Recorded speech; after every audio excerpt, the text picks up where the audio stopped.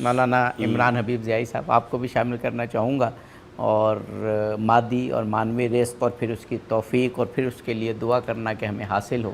بسم اللہ الرحمن الرحیم۔ آج کا یہ ٹاپک بہت ہی اہم ترین ہے، رزق کا جو مفہوم ہے، اور واقعی رزق جو ہے اگر اس کو ہم کسی ایک محدود جگہ مقرر کر دیں یا ایک حد میں کر دیں تو یہ ناانصافی ہوگی، اس لیے کہ جو رزق ہے یہ ہر اس چیز کو کہا جاتا ہے کہ جو انسان کی روحانی جسمانی طور پہ انسان کو فائدہ پہنچائے۔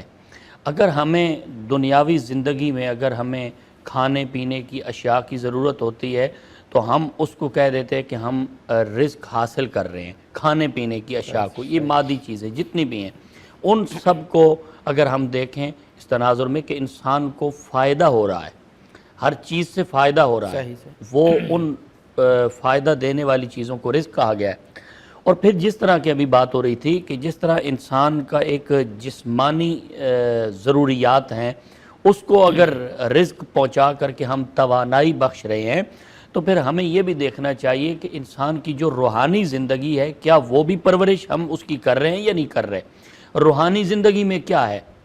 اب اللہ تبارک و تعالیٰ کی بارگاہ میں انسان جب اس کی بارگاہ میں اپنے آپ کو جھکاتا ہے اور پھر اس کی عبادت کی جو لذت لے رہا ہوتا ہے وہ لذت انسان کی روحانی جو ہے وہ غذا ہے اور روح کی غذا ہے جو اسے میسر ہو رہی ہوتی ہے۔ اب اگر 27ویں سپارے میں دیکھیں تو اس میں سورۃ الذاریات میں اللہ رب العالمین نے فرمایا وَمَا خَلَقْتُ الْجِنَّ وَالْإِنسَ إِلَّا لِيَعْبُدُونَ، ہم نے انسانوں کو اور جنات کو نہیں پیدا کیا مگر کس کے لیے؟ عبادت کے لیے، عبادت کے لیے پیدا کیا۔ پھر ساتھ ہی فرمایا ان اللہ هو الرزاق ذو القوۃ المتین۔ اب فرمایا کہ انسان اور جنات جو ہیں اس کا جو مقصد ہے وہ کوئی اور نہیں ہے، صرف اور صرف جسمانی غذا نہیں ہے، بلکہ فرمایا وہ عبادت ہے، خاص اللہ کی عبادت ہے۔ اب آگے چلیں، فرمایا ما ارید منہم من رزق وما ارید ان یطعمون، اللہ ارادہ نہیں کرتا، اللہ فرما رہا ہے میں ارادہ نہیں کرتا ان سے کہ میں رزق مانگوں ان سے یا ان سے کھانا طلب کروں، اس لیے کہ ان اللہ هو الرزاق ذو القوۃ المتین، اللہ تو خود رازق ہے، وہ رزاق ہے، رزق دینے والا ہے۔ جب دینے والا خود ہے تو وہ انسان سے لے گا کیا؟ یعنی اس حال میں اگر دیکھا جائے تو انسان ہی کا فائدہ ہے اگر جسمانی رزق حاصل کرے، تب انسان کے جسم کی پرورش ہوتی ہے۔ روح کی غذا حاصل کرے گا تو وہ روح کی غذا کیا ہے؟ فرمایا الا بذکر اللہ تطمئن القلوب، یعنی دلوں کا چین اور دلوں کا جو اطمینان ہے وہ کس چیز میں ہے؟ اللہ کے ذکر میں ہے۔ تو یہ دلوں کا رزق ہوا، اور یہ دل کا رزق ہوتا ہے۔ اور پھر دماغ کا رزق کیا ہے کہ انسان کے ذہن کی جو اندر کی جو جگہ ہے وہ پاک ہو، یعنی اس جگہ پہ پاک رزق کس طرح آئے گا؟ جب ہم اپنے ذہن کو اسلامی تعلیمات کی طرف مائل کریں گے، اپنے دل و دماغ کو ہم علم کی طرف مائل کریں گے، شوق کی طرف مائل کریں گے، تو یقیناً وہ آپ والی بات آگی کہ علم جو ہے وہ بھی رزق ہے، اور انسان کی جو روحانی ایک تعلیمات ہیں وہ بھی رزق ہے۔ تو بہرحال رزق کا جو مفہوم ہے وہ اس لحاظ سے وسیع ہے، اور بہت وسیع ہے۔ ہمیں ہمیشہ جب بھی خدا سے رزق طلب کریں تو یہ ذہن میں ہونا چاہیے کہ رزق کی یہ دو قسمیں ہیں اور یہ بھی بہت وسیع ہیں، تو ہمیشہ وہ رزق طلب کریں جو ہمارے لیے خیر ہو اور ہماری دنیاوی و اخروی نجات کا باعث ہو۔ بہت خوبصورت گفتگو جاری ہے اور ایسی گفتگو ہے جو اللہ تعالیٰ کی نعمتیں سمیٹنے والی ہیں۔ جتنا زیادہ ہم سمجھیں گے، اسی لیے کہا گیا نا عبادت کا درجہ بھی اس کا زیادہ ہے جس میں جتنا فہم اور عقل ہوگی، تو عقل کے ذریعے یہ باتیں سمجھیں گے تو اللہ سے مانگ سکیں گے نا۔ ناظرین، ایک پروگرام نجوہ جو ہم ہر روز پیش کرتے ہیں اور دعاؤں پر مشتمل ہے، اور ابھی جیسے ذکر ہو رہا ہے یہ دعا بھی ایک معنوی رزق ہے۔ آئیے وہ رزق حاصل کرتے ہیں پروگرام نجوہ کے ذریعے، جس میں ہر روز کی دعا ہم پڑھتے ہیں اور خداوند قدوس سے طلب۔ رزق حلال کی، یعنی ایک موضوع اس میں یہ بھی بنتا ہے کہ رزق حلال کی بھی بڑی اہمیت ہے۔ عبدی صاحب، آپ کی بات بڑی خوبصورت ہے، واقعی جو رزق حلال اللہ رب العالمین نے یعنی کہ ایک نعمت کے طور پہ جو رزق ہمیں عطا فرمایا ہے، ہمیں عقل، فہم، کوشش کرنے کی ایک جرت بھی عطا فرمائی ہے کہ تم کوشش کرو اور حلال رزق کے لیے بڑھو۔ اب انسان کی یہ شان اور عظمت ہے کہ وہ رزق حلال ہی کمائے اور رزق حلال ہی کھائے اور کھلائے۔ جیسا کہ سورۃ بنی اسرائیل میں بڑی مشہور و معروف آیت کریمہ جو بہت مشہور و معروف ہر عالم دین بیان بھی کرتے ہیں اور سننے کو بھی ملتی ہے کہ وَلَقَدْ كَرَّمْنَا بَنِي آدَمَ وَحَمَلْنَاهُمْ فِي الْبَرِّ وَالْبَحْرِ وَرَزَقْنَاهُمْ مِنَ الطَّيِّبَاتِ۔ واہ واہ واہ، یعنی انسان کو ہم نے عزت عطا فرمائی، بنی آدم کو، انسان کو اللہ نے عزت عطا فرمائی، خشکی پہ اور تری پہ انسان کو مہارت عطا فرمائی، اور پھر ہر چیز سے پاک رزق حاصل کرنے کا جو ذریعہ ہے وہ اللہ نے عطا فرمایا۔ اب انسان پر ہے کہ وہ انسان کیا رزق حلال کماتا ہے اور کھاتا ہے اور پھر کھلاتا ہے اولاد کو، یہ اس پہ ڈیپینڈ کرتا ہے۔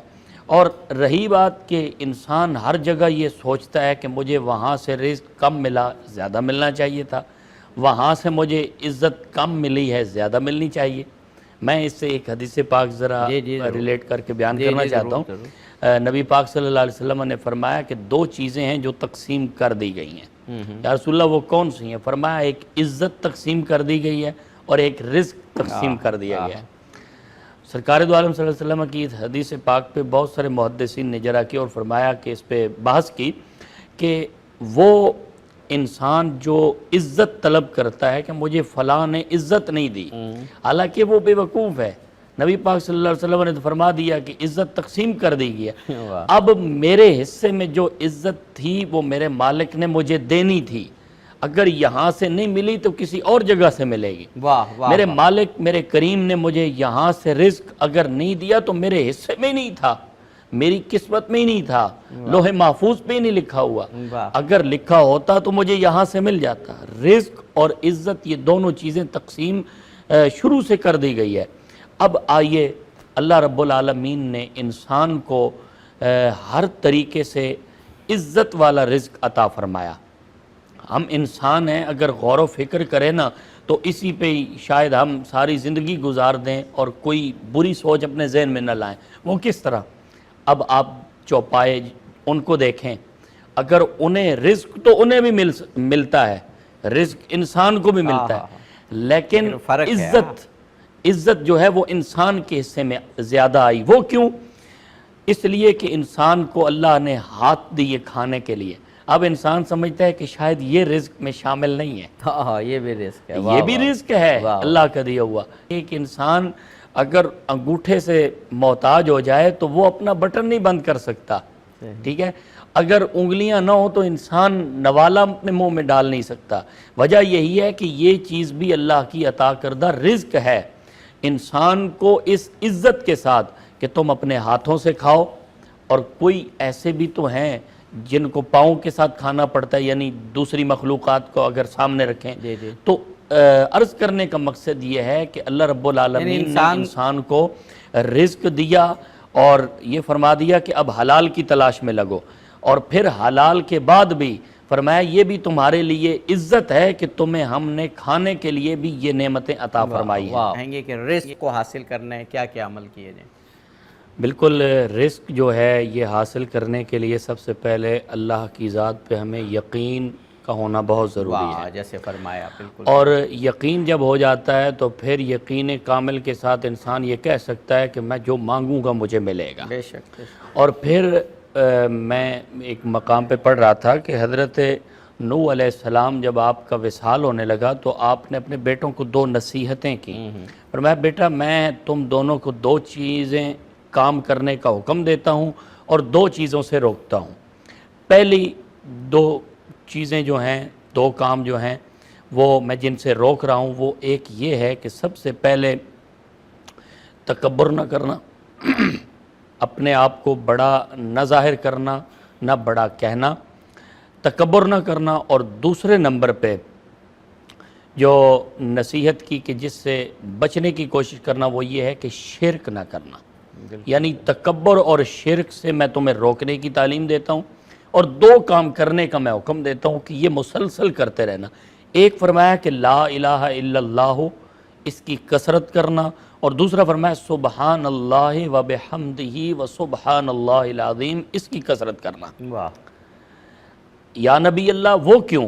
فرمایا اس لیے کہ لا الہ الا اللہ ایک ایسا خزانہ ہے، اگر پوری کائنات کو ترازو کے ایک پلڑے میں رکھ دیا جائے اور دوسرے پلڑے میں لا الہ الا اللہ کو رکھ دیا جائے تو وہ لا الہ الا اللہ والا جو ترازو وہ پلڑا ہے وہ بھاری ہو جائے گا، کائنات ہلکی ہو جائے گی۔ واہ واہ واہ، اور سبحان اللہ و بحمدہ و سبحان اللہ العظیم اس لیے پڑھنے کا حکم دیتا ہوں کہ جب یہ تم پڑھو گے تو اس کے صدقے میں یہ پوری کائنات میں ایسے کلمات ہیں کہ اگر پوری کائنات ایک طرف رکھ دی جائے اور ایک دائرے میں یہ کلمات رکھ دیے جائیں اور وہ دائرہ جو ہے وہ شک ہو جائے، یہ کلمات اتنے وسیع ہیں کہ وہ اس دائرے کو شک کر دیتے ہیں۔ اور دوسرے نمبر پہ فرمایا ہے کہ یہ وہ کلمات ہیں سبحان اللہ و بحمدہ و سبحان اللہ العظیم کہ اس سے کائنات کی ہر چیز کو رزق ملتا ہے، واہ واہ، اور ہر چیز اس کو پڑھ کر اور اس پہ عمل کر کے جتنا زیادہ عمل کرتی ہے کوئی چیز اتنا ہی اسی کے وسیلے سے رزق زیادہ دے دیا اللہ جاتا ہے۔ تعالیٰ کے پاک ناموں سے اور اس کی تسبیح کرنے سے اور رزق میں اضافہ بالکل، ہوتا ہے۔ اس کا خلاصہ یہ ہوا، اور پھر تسبیح سے اور اللہ کے پاک نام لینے سے رزق میں اضافہ ہوتا ہے۔